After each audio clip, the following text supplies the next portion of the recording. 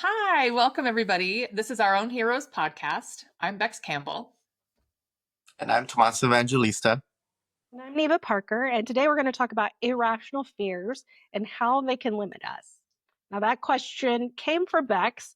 So, Bex, why this topic? I know why. It's a fun reason, but I think you should share it with everybody. Okay. So, for those of folks out there, I'm a fan of the show The Last of Us, primarily because Pedro Pascal. Oh my God. Love him so much. But it's also just an incredibly good show. Well done, even though dystopian for sure. Anyways, and so if you've ever watched the show, you would know the first episode, they talk about how mushrooms can, like the fungus can take over. Cordyceps, I guess, is the technical one, can take over as almost like a parasite onto bugs and other critters. And so they talk about how it takes over and basically forces the animal or the critter to do things against their own free will. So it takes over like as a host and makes you do things you don't want to do. And so That's real too, right? What's Yeah. that?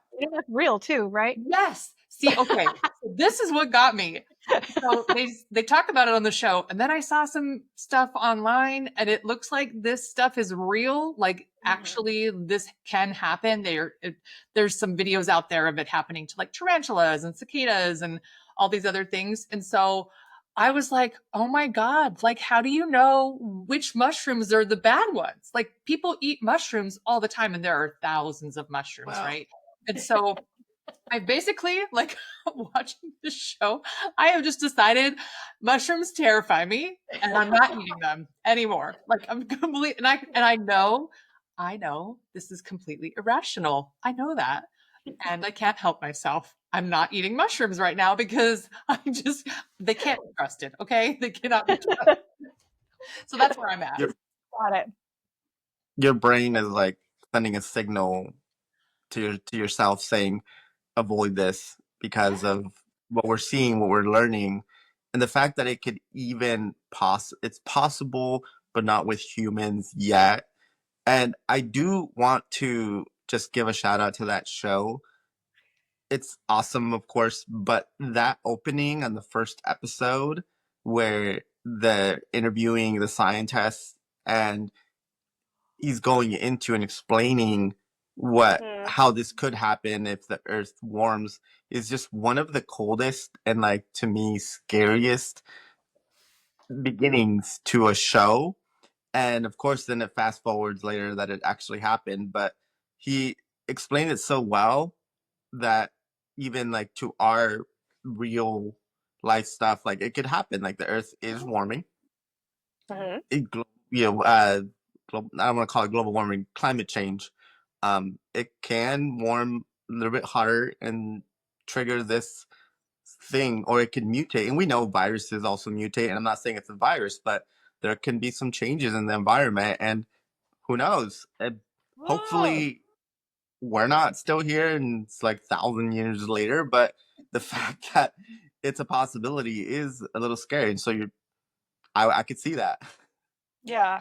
Yeah, it was like new fear unlocked. You know what I'm saying? Like just nope, I can't. Love mushrooms, used to eat them all the time. So delicious. And right now I'm just nope. So yeah, I guess it got me thinking about like irrational fears, and because I love mushrooms, like I said, and so I'm not eating them. So for sure I'm limited when I go out to eat, a lot of stuff that has mushrooms in it. I don't know. It this is like a very superficial level limiting kind of situation, but it did make me think about like, oh, a lot of times irrational fears limit us in ways that we're not even fully aware of. And I thought it would be an interesting topic of conversation. Do you have an irrational fear that you've had like through your life that wasn't mushrooms? Or do you have any specific one that you think has like impacted you somehow? Oh, yeah, for sure. For me, I have some irrational fears around like certain bugs, and it's situational because I am so chill with bugs being outdoors. Yay for them. That's their space. We love that for them. In my house, though, it's a different story. I don't do bugs in the house. Now, I have worked myself into allowing spiders and like getting over that. Okay, great. But like a lot of other bugs, ooh, they just really, I can't. I get really nervous and anxious about even the idea. So, for example, like I get really freaked out about bed bugs. Oh Um, God, yeah. yeah, I think that's rational, to be honest with I you. mean, maybe, maybe. I mean, I think maybe I take it to a different level though. Like every time I go and stay somewhere like in a hotel, I will pull back the sheets and Oh check yeah. Yes. the mattress. I'm And I don't thinking know if about that everybody for this weekend what's that? when we go to the convention. I'm Yeah. thinking about that this weekend. For sure. Yeah. Because you can like bring those home with you and then it becomes your problem, right? That's always my biggest thing. Like, I don't want it to come home with me and become my problem. And I have a That, couple of experiences as a social worker that oh, unfortunately I was in people's homes and they had really bad infestations. And so, Oh. of like bed bugs and cockroaches and all sorts of different things, which is obviously incredibly sad. But it did kind of give me this sort of like heightened hypervigilance around it all when if you think about it, like, who's the apex predator here? Like, I, people are capable of dealing with a lot. So yeah, but that's one of my irrational fears for sure. What about you guys? I Mine's wouldn't ghosts. call it that as irrational because it's actually happened to me. My Oh, grandmother worked in hotels growing our entire lives, or not her entire lives, but living in Auburn, she's worked at every motel, hotel in Auburn. Yeah, I would say every single one of them. No, except the Holiday Inn. I think that one's the only one that she's never worked at. But the one over on off Auburn Ravine and the highway, uh, yeah, I-80. She's worked mhm. on all those, and that happened. She was working. Next thing you Uh-huh. know, some of them came home with her, and we had a bed bug issue. And we took care of that. We had to do all that, so that did happen. But obviously, she's in almost every room and Yeah. cleaning those. And so that has happened, and it is. I wouldn't even call that irrational. I would say that's a pretty good fear to have, and we should check. But I mean, I guess you take it to a level that maybe irrational, but it can happen. So Yeah. When I went to Australia, this was back in 2009. The first hotel we stayed in was in Cairns, which is just all like rainforest. It's beautiful. It should have been the last place we were at. But the hotel had these little tiny ants, itty bitty ants that I hadn't seen before because they're not native to our area. And so they were these little like really light gray ants, tiny, tiny, tiny, and they were right by the bed and the headboard and whatever. And I was like, what the hell? Like, no, I don't know what this is. I think those are ants, but I'm not 100% certain. And we're like, could you please change our room? And they did. And we stayed at a good hotel. It wasn't like a cheap one. It was just, we're in the rainforest and these, bugs are going to be there. And they were there in the other room too, just in a different location. So I was like, okay, that's fine. But then the worst thing about the hotel was the card keys didn't work. And so in the middle of the night at like 3 in the morning, you could like just go into anybody's room. And so like somebody just walked into our room. Luckily we had the little thingy up, but they just walked into our room. We're like, hello. And they were like, oh shit, we're in the wrong room. That's But yeah. terrifying, especially as Yeah. a woman. Like, I don't get down like that. Nope, that's Yeah. a problem. Yeah. But yeah, the bug thing is, I mean, not to discredit you in saying that your fear is not irrational or whatever, but I feel Oh, like no, that's a that's very fair. irrational fear. I What can't about you, think. Scott? Go ahead. Sorry, Oh, what were your guys's? I didn't catch your guys's because you guys both said at the same time. Oh, mine's ghosts. So Ghosts. when I was a little kid, oh. I was probably like 8 or 9, and I went to the library at school and I checked out a book on ghosts. Like I got it into my head. I wanted to learn about ghosts. So I checked out a book. This was not a bad book. It was just a book on the supernatural, right? So I check it out.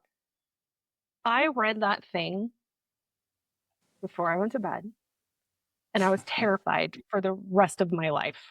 And the book wasn't bad. It was just, these are what ghosts are and things like that. And it was like, I have been terrified of ghosts ever since. And I don't know why, because they can't hurt you. But then in my brain, like turns into like poltergeist, or, you know, like they could, like, can hurt you, but they're like something you can't interact with. They do whatever the hell they want. They show up whenever the hell they want.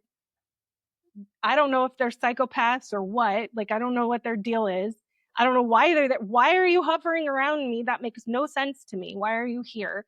Anyways, that is an irrational fear I have. I will freak out knowing full well that something is not in my house. But if I, so let's give you an example. You know, toys, if you take the batteries out, can still have a little bit of like juice in them. Oh, I did not know that. No, same. What? Uh-huh. So you can take, I think some parents, if there are parents listening, they probably know this more than like us who are not parents. But if you have toys and they're like have batteries, some of that, I don't know, the energy gets stored within the circuitry of the thing. So if you take the batteries out, every once in a while, these things will like do their thing. In our attic,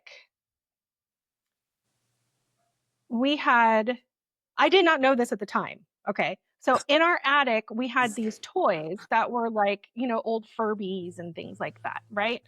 And one night I was in our bedroom and I kept hearing like this giggling noise. I was like, what the hell? And it kept moving. It freaked me the hell out. It was one of the reasons I don't sleep in that room anymore. So it scared the hell out of me. And we'll come to find out, first we thought it was those toys. So we take the toys away, like we moved them. Well, actually, that's not true. We didn't move them because when Dennis went up there, they weren't there because he thought they were up there. So that's what we thought it was. But he goes up there and he's like, well, I'm going to move those toys, and gets up there and they're not there. That's not what's up there. Turns out it's doves. Like doves can giggle. And so they got into the roof. What? And they were in there. That's why it kept moving. It wasn't in one location. It would move.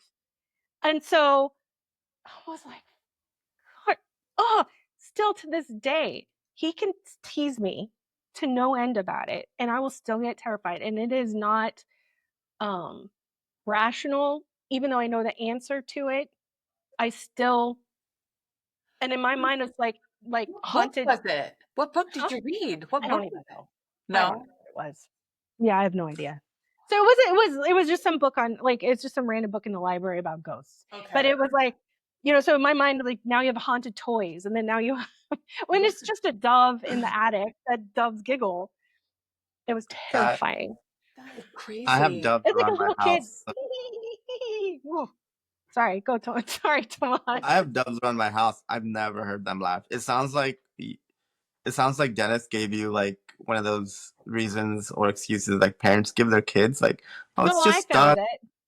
Oh, you found it. Okay. I found it. Sorry. And I'm I've not never heard them laugh. 100% certain because we never found evidence of doves actually being up there. I just assumed, since we have doves everywhere and they've made nests in the eaves, so I just assumed that's what it was. Still no confirmation. Oh. And to this day, if I hear that noise, I just pretend I don't hear it. Oh, I totally gaslight myself because it just terrifies me. Wait, how do you just pretend you don't hear it? It's just mind over matter. Yeah. I didn't hear Never that. matter. I didn't hear I that. love how That you is just not an event that turn happened. off my ears. I just stop hearing. Nope, I didn't hear it. That's what I I'm saying. don't know. It's an irrational response as well. Like, it's just the way that it is. Sorry, Tomas, go ahead. No, go ahead. I don't really have a current irrational fear, but I've had moments in my life where I've had these irrational fears. But first, do want to touch on one thing that you just said, where you hear something and you tell yourself you can't hear it. I'm not sure if this has happened to any of you, but maybe it's just because we've lived so long with these phones that sometimes we hear things. Do you ever hear like a buzzing noise, like it's a text message? For And sure. and your phone's right here in front of you, and you hear like zzz, zzz, like. And my wife pointed this out when we lived in another home, and she said she's always heard this throughout her life, vibrating noise like around. And we had one moment where we both heard it. Like, can you hear that? And I did hear it, and we were like, yeah, I hear that, and we can't find where this buzzing noise is. and was. And so lately, we haven't heard it together, but once in a while, if I'm alone, I will hear a buzzing noise, and I'll be like, my phone's right here. My tablet is in front of me because that also sometimes can receive messages or calls, and so I'm trying to see like what is that buzzing noise, but I do hear that, and so I tell myself, okay, I didn't hear that. I think it's just my brain. We're so used to having cell phones and having text messages and hearing that buzzing noise that it might just be my brain thinking that that's what it is. So, Yeah, I was but gonna go with, like the phantom ring. Like that's a thing that I feel like a lot of people, now that we're all connected to these stupid phones all the time, like phantom rings, you just hear it and you're like, was that my phone? No. Yeah. yeah, but that is, I wouldn't say it's a fear, but that's something that I've heard connected to telling yourself you didn't hear that. But Yeah. I have two situations in my life. One was in college when I was going to school in Sacramento at American River. My friends and I went to go watch a movie.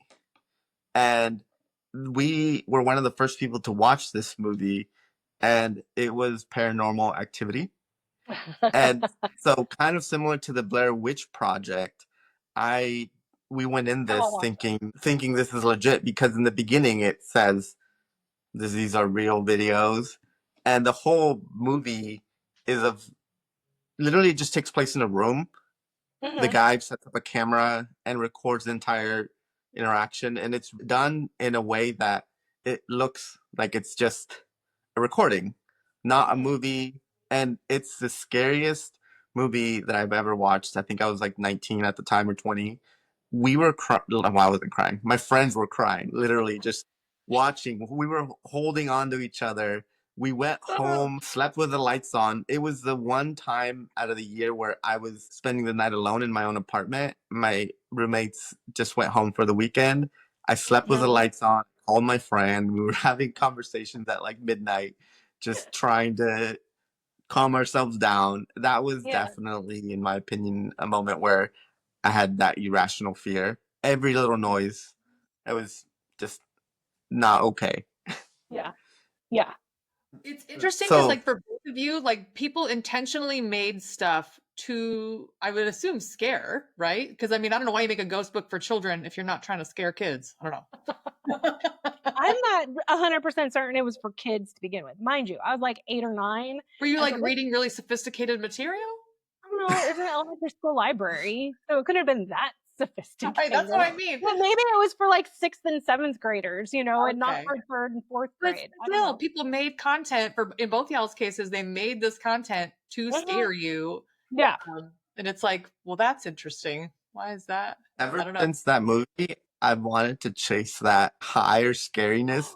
So I purposely Oh. try to find movies that are creepy, that like kind of because I'm rarely scared and I like scary movies. I like the feeling when it's just because I don't have many irrational fears or any, and that's why people enjoy scary movies. They like going to watch it first for the storyline if it's a good scary movie that has a good story, but also for that jumpness, that fear, that moment where you for maybe a few seconds, maybe hours or a night, you're kind of scared. That's super interesting. So I'm Yeah. thinking about like your description of having irrational fear and how you decided to like almost like it gave you an adrenaline rush, or Mhm. you maybe intentionally decided like I'm going to take this fear and I'm going to turn it into something else, which is really interesting if you think about it in terms of like anything in your life. If you have an irrational fear, how can you like lean into it or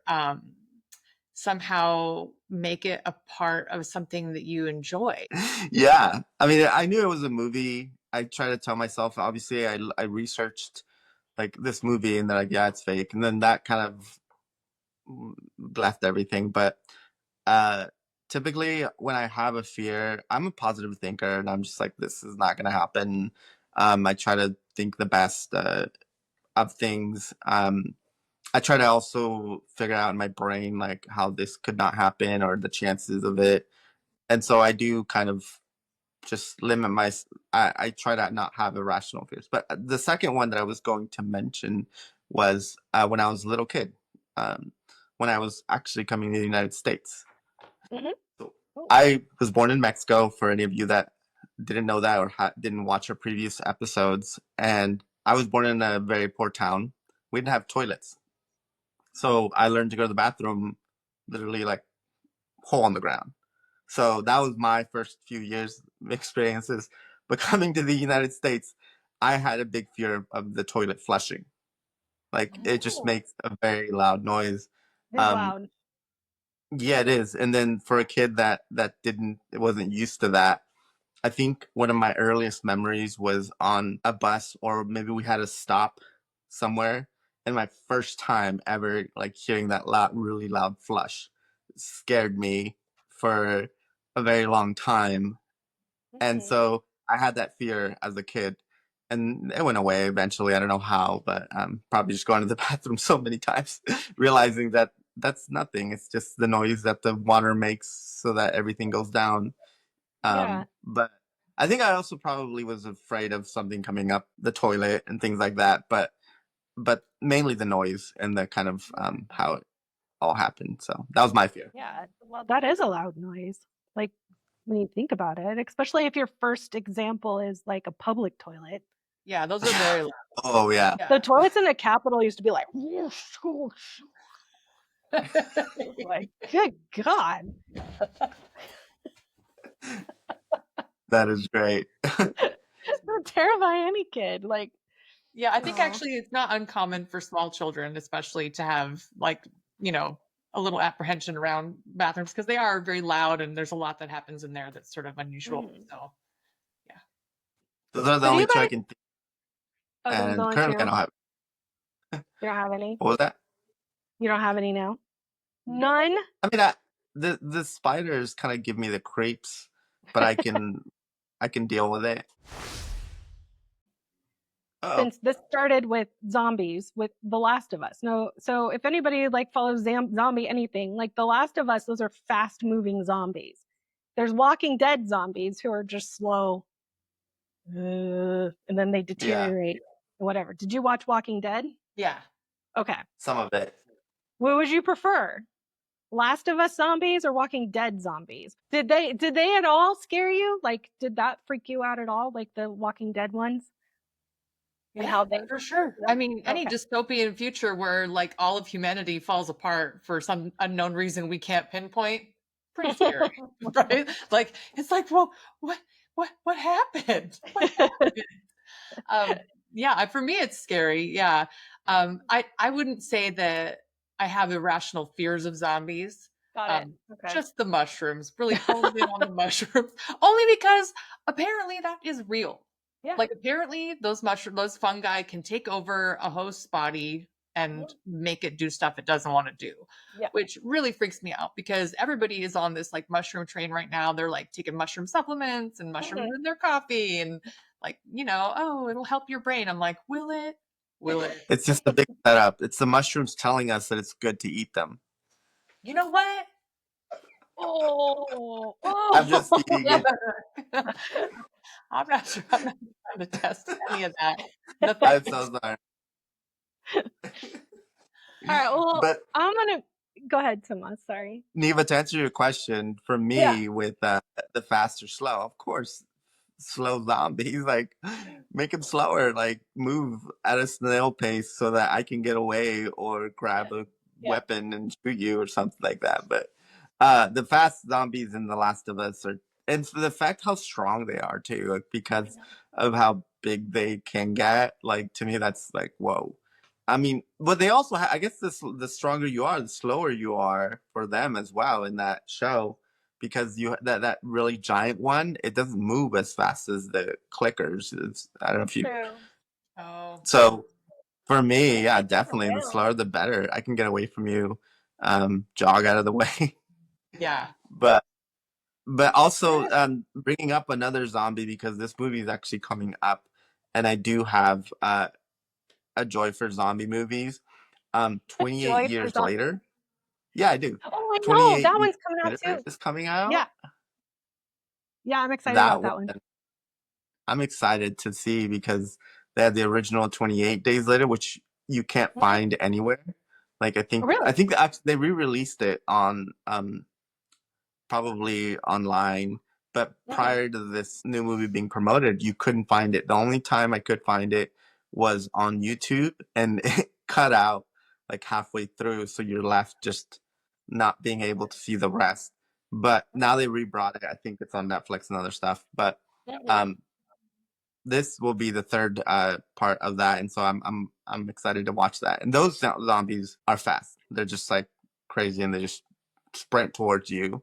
You have to be fast, or you're done. I really feel like zombies are like it's a rational fear on the presumption that they exist, right? Like, because Right. anything that can end your life seems rational.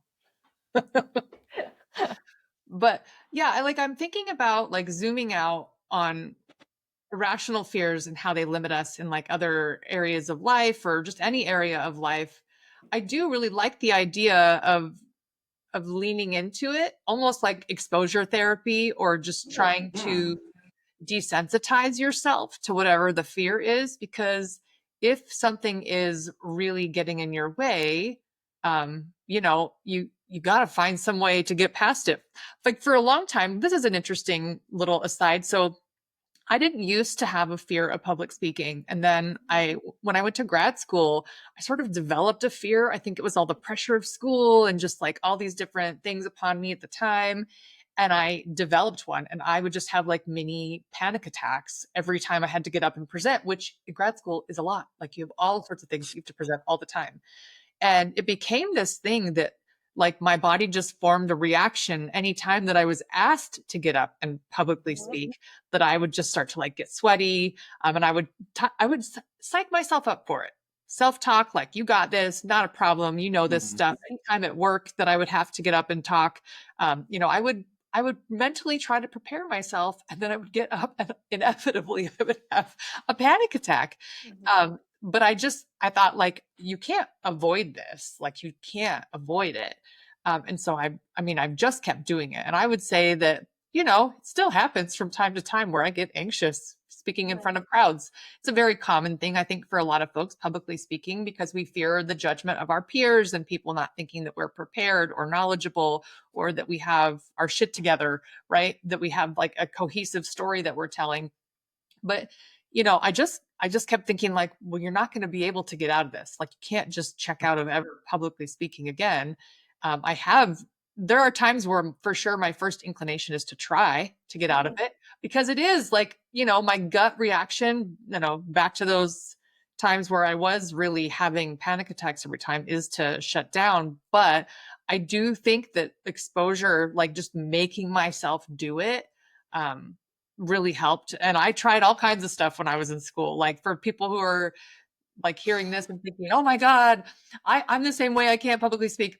I used to do, like, there are pressure points in your hand that are supposed to be helpful. Like, if you like pinch between like right here in your hand, that's supposed to be helpful, causing yourself pain.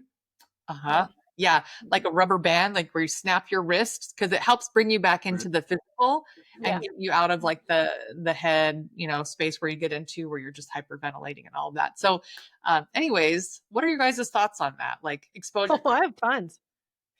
Yeah. Okay. I have Here. tons. Yeah, because I didn't used to have like a public speaking problem at all. In fact, I was like, I'm cool. I'll speak in front of anybody, but that didn't happen. I didn't start getting a fear of speaking in front of people until, definitely with the campaign. And that started, I think, for me, because I had to like really evaluate this, because I will have the physical reaction even if I have like a script in front of me. Like, if I have the speech and it's right there, I will still have a physical reaction. So when I was with the PWD luncheon and I had that speech to give, I had everything, and I wasn't nervous going up there. But the minute I got up there, like my whole body like just tensed up. And about like, I don't know, a page into the speech, I realized that my calves were starting to cramp, and like I was like, what the hell? Like, because I was not nervous going up there. I had practiced it. I was like, I'm good. I'm solid. I think what happened, because this is worse if I don't know what if I'm going to say. So if it's like I've just off the cuff, I I think the problem is my fear. It's not a fear, it's a desire to be liked and a desire Ah. to be good at what I'm doing. And so what I do in my head is like, I this is the most wonderful I this is the most wonderful speech in the world, and they're all gonna like their lives will be changed because of it, and their lives will be changed because what I've said, and blah blah blah. Like I hype it up in my head, and it's like it's just a friggin' speech. Or it's, I'm not like rallying the troops, except for sometimes you got to rally the troops. And I don't, and so, anyways, it's like, so I think for me, a lot of it is one, what am I going to say? Two, what is my point in saying it? And why is it making certain that the world, like I'm saving the world? Like, why is that the reason? Because it's not. And, I'm just evaluating. Sometimes I get nervous in conversations, like even when we're preparing for the podcast, I don't like not knowing what to say.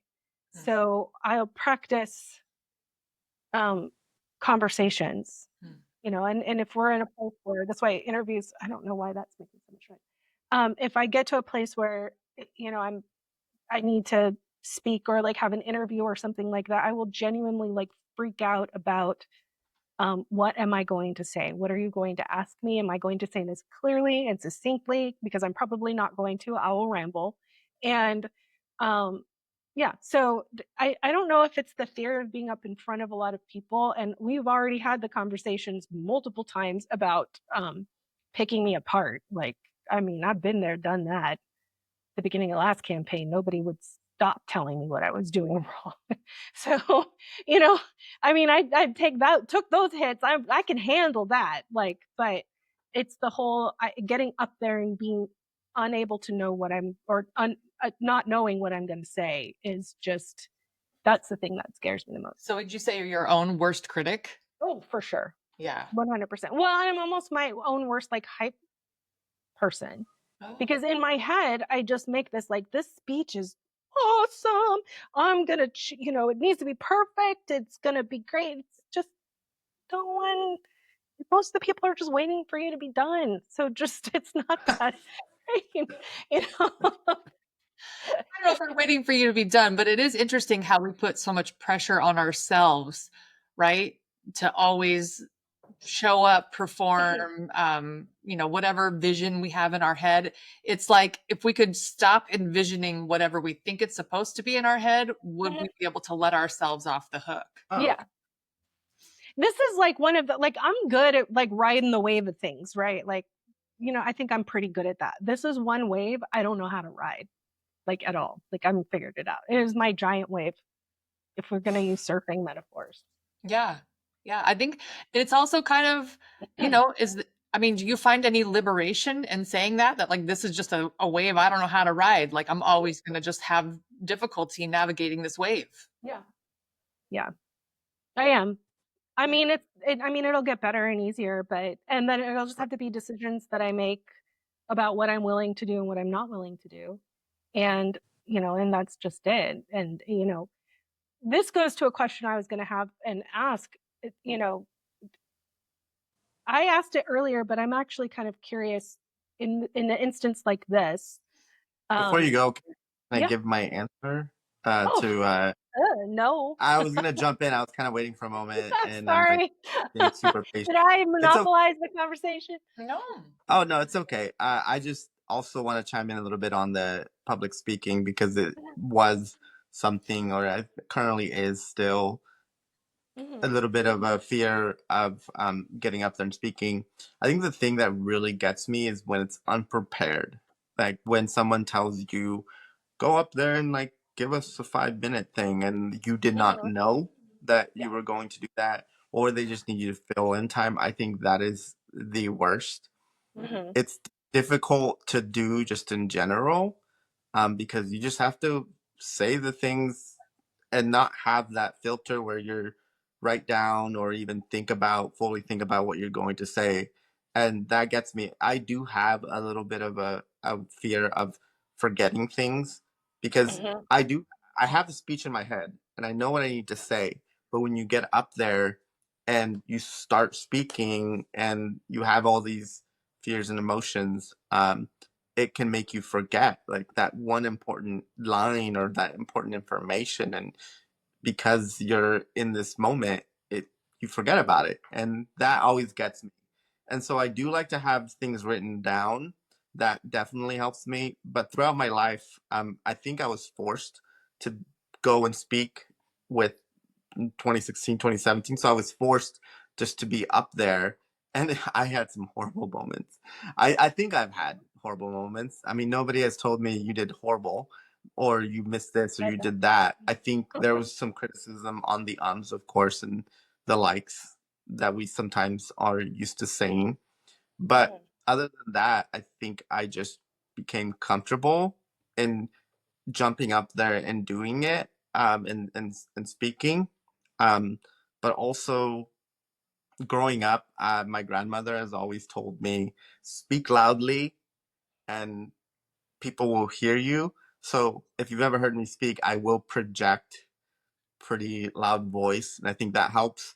But also slowing myself down, because when you're nervous and you're up there, you think that you're up there for a very long time, so you try to get everything in there, and it ends up just sounding like really fast talk. So I've had to tell myself slow down, Yeah. and I think the better speeches that I've given have been slower and just louder and making sure that I have it all in there. But having a timer too helps, like knowing how much time you've had. Because I've had moments where you have 5 minutes and 2 minutes in, I think I'm already at 10 minutes. Yeah. I'm barely halfway. And then Yeah. I just end it and I'm like, okay, bye. Yeah. So that would help me a lot. And I hope that, Yeah. that also helps other people. Maybe you have a timer, maybe you have somebody in the back saying, you got a minute, and that's helpful for me. Yeah, that's a great idea. If you have people who can help give you support, also someone you can look at, so that you're not like surfing the crowd for eyes. And I can't I do do that. that. I'm a crowd surfer. I'm like, I just like gloss over the crowd. I never really like eye contact with anybody I because oh, can't do that. it's really hard. It's Like, hard to do. psychologically, I can't. Like, I could barely look at you guys in that. She's like, I can't even look at you right now. So I'm gonna take it to a different direction. I'm kind Okay. of curious okay. about about society's irrational fears. There's a lot of those. Yeah, for sure. So I don't know, thoughts. Anybody got thoughts? Oh, First one I think Why of. do you think Oh, those persist? Like, okay, I'll say this. Like, I think there's a lot of irrational fears. We've gone over a bunch of them, and they get exploited, right? Like for elections, for to sell you stuff, and the whole deal. Why? I mean, which I don't know how to ask this question. Like, why do you think those persist? I mean, even in the face of people knowing full well the truth of a lot of this stuff. Like when history tells people otherwise, when experience tells people otherwise, these irrational fears still exist. And I think we probably need to define some of them in order to answer this question. But um, I don't know. I'm just kind of curious. I Like think because it goes into the limiting. Like it limits society to move past certain things. And so I'm just kind of curious you guys' thoughts. I mean, emotions are very powerful. Um, Mhm. Positive emotion, negative emotion, and I think right now, or in my opinion, I think it's easier to invoke negative emotion, fear, and I think it can be a more powerful driver to have somebody act, vote, do something. I think fear is uh, a greater motivator. It shouldn't be. I typically go more towards positive and joy and all those things, but fear is a tool and it's a powerful tool, and I think that's why people use that and try to evoke that when they're telling a story or telling you about the other side. Um, but that's my opinion on why I think it's used. I'm kind of why? Why do irrational fears persist? That's So sorry. let me ask you this question. Maybe this will help. Do you think like pride and shame play a part in preventing people from admitting a fear is irrational? Like we had a whole conversation and we are like fully open about our fears. Like mine's ghosts. Come on. But like as a society, if you talk about like, I mean, let's talk about some elephants in the room, like immigration and women and racism and all of these things, right? There comes a point where some people it's much easier for some folks to talk about them than others. Um, I know much easier for some folks to, you know, at least admit and acknowledge that these are not irrational fears. These are real things that exist in society, um, in a way that we really need to talk about them. But how much do you think like shame and pride actually prevent people from admitting um, that they may feel some sort of irrational fear surrounding something like I don't know. Does that make sense? Yeah, I mean, I don't know because I'm thinking like with respect to all of the examples that you just gave, people having fears about those, I feel like there's a lot of it's just fear of the unknown, fear of the change, right? Like that's where I'm trying to like follow my train of thought here. So those are things that are like a fear of the unknown, fear of change, fear of you not getting what you need and someone else getting it instead. Mhm. And like I feel like it's part of that is maybe some biological stuff, like just biologically needing to secure what think you need access to in order to live and thrive, and then your immediate people.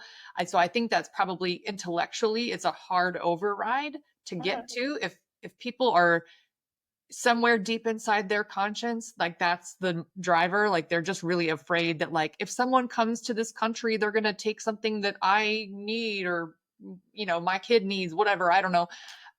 That maybe that's really difficult for them to intellectually look at and say, oh, this is a fear, but it's couched in something that is irrational because there's plenty to go around. I always love that saying about pie, right? Like, equality or equity is not pie. Like, just because someone else has it doesn't mean you'll not have any or that you Mhm. won't get some. I Yeah. just think that always resonates so deeply with me because I really think it speaks to just our innate difficulties with wrapping our head around that concept that like Right. other people having stuff doesn't mean that you're not going to have what you need. Yeah. And so I'm sure there's a whole bunch of emotions wrapped in it for depending on the person and their experience, pride, shame, maybe guilt for some people. I don't know. Um, I don't know. I It's really, yeah. I actually don't think that people have gotten to that shame or guilt or pride for that to be the issue. Mhm. And I really, the way that I see things when they're being fed these fears about immigration and other things, we all live in like this bubble. Like they may not travel to other parts of the country, or so even Southern California. They're only this is their circle, then what is showing on this TV or this screen is what the information that they're getting. So to them, yeah, there may be this immigrant or immigrants that have murdered citizens, or there's these horrible stories, and my heart does go out to all those victims of anything. Like it just doesn't have to be immigration, but those stories are definitely things. But that's not the norm, and that's what is difficult to get to them. Is there are for that one immigrant that undocumented murdered this person. There's I want to say like 200,000 million that maybe are good immigrants that Yeah. don't murder, that don't do all these other things, me included. So that's why, at least in that situation, because that's them knowing me and knowing others counteracts that fear. Um, because it is true. It's one of those things where it's half true. Like, yeah, this person, this undocumented immigrant, came to this country, murdered this individual or individuals. That person's gonna get punishment. So that part is true. But what's not true is that the majority are murderers and everything like coming out of those. So it's that thing that we've talked about before where they use half truths and you're kind of then forced to defend this immigrant that murdered somebody kind of in a way, and then they twist these words. And so it's using that a bit, but I actually don't think that they've gotten to the point where they've seen or realized or can realize that there's immigrants out there that are good people and that we don't that it's not the majority. So I think if we get them to a I think we need to get them there, and I don't know how, but it does. The fear is a big driver in that. So Yeah, it's kind of like I'm thinking about how people let like one experiential thing hmm dictate their entire perspective about something. You know, like if you have like, okay, I flew yesterday. If you have a bad interaction with a TSA agent, suddenly you think all TSA agents are assholes. Like that's not true, obviously. It's not even maybe true for the person that you had the bad exchange with. They could have just had a bad day, right? Like I think we get into this really somehow we've gotten into this space where we're very easily categorizing people based off of one experience, one interaction, one story, one headline. And it's just like, you know, that logic just doesn't hold. I think we're really missing the nuance of people and all of the types of experiences that people can have that end up making them the way that they are in the interaction that you had with them, because again, people are dynamic, right? People change and every situation is different. I think that to me is one of the most dangerous things that we have seen, is that we're really just in this space where we're like, oh, you think this, well, that puts you over here into this category, or oh, you said this thing, oh, then that means this about you. And that really doesn't give anybody space to ever grow, change, evolve, show you anything different. We've just written them off. And is that helpful for anybody? And so I think that's what happens with irrational fears, if we want to like circle back around, is that you have like one experientially bad situation that like hmm has a really like, you know, almost like brands your brain. Like it's like, I just imagine this like branding iron, like searing it into your brain, this really bad experience. And then you just can't let it go. And you know, intellectually, like this is not every interaction, right? Like, you know, this is not every time, but you can't you let it made go. me you made me think of our evolutionary. Like I'm sure at some point we needed to remember every enemy or every danger because we were out in the wilderness and anything could happen. And so maybe and I think that's just an instinct maybe that humans and other mammals have, where like they just need to remember what could end their life, like what could Yeah. do this. So, and it's branded in us. Yeah, but you know what's interesting about that is that I would argue that as we've evolved as a species, that like we now have the ability to objectively look at a situation and Yes. say, okay, I know that snake that time tried to bite me, but not all snakes every time are trying to bite me. And maybe I should like Right. not get close to them, but like I don't need to go out and kill them all, right? Like we have the Yeah. ability now as we continue to evolve as a species to have better perspective and more advanced conversations on these things, I'd like to think. But why are in some instances aren't we doing that? So like, okay, the reason why this question kind of comes up, like initially the whole um, society question came up, is when I was doing research, I went online and I was like, okay, give me some thought experiments around zombies, right? Like, what are some questions we can ponder about zombies and like society and that kind of thing? And so one of the things it returned for me was, if a zombie family moved into your neighborhood, there was nothing wrong with them. They didn't eat people. They were just slow and kind of quiet. That's all. They weren't the sort that like went out and like sought out you for dinner. They just were sort of like, they just did their business. They were just slow and quiet. Would you have a problem with a zombie family living in your neighborhood? Like, right? And I was like, well, that's kind of a dumb question. But then I thought, would I have any problem with it? I don't know. That was like a dead person, like living next door. And like, like, years and years of like one being an 80s kid, growing up with, like movies and comic books and stuff like that. But and video games, like zombies represent many different things. We've already talked about that.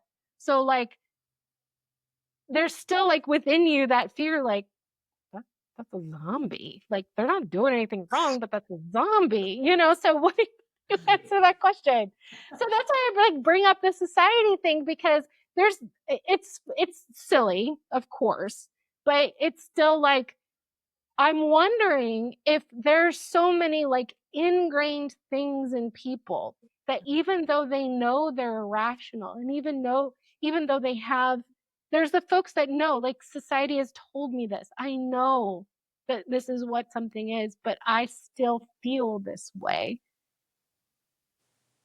How do we get people to like, I don't know. I just, it's an interesting, I don't know. I just thought it was funny, and I thought it was interesting that like what would be my reaction to somebody being a zombie living next door? I'm like, I would like, let's be honest, like my democratic cred would be like, I should be fine with it, right? Like everybody's good and everybody's great, you know, like it should be good. But like deep down inside, it's like that dead people next door. So, and then your whole religion starts popping up into your head, and like what you know of that, and you know, just being human and all this other kind of stuff. Can you trust them? Like, you know, I mean, it's just all, anyways, I'm a little bit, I got more coffee in my system at the moment, but this is interesting. I would not have zombies in my neighborhood. I don't think so. And you need to be alive to at least, you know, be accepted. And if they, I wonder, did they murder somebody? I don't know. Maybe they I did. don't Maybe. know, but apparently, well, with the thought experiment is that they are not the murderous sort of zombie. They're just dead. What do they eat? They don't.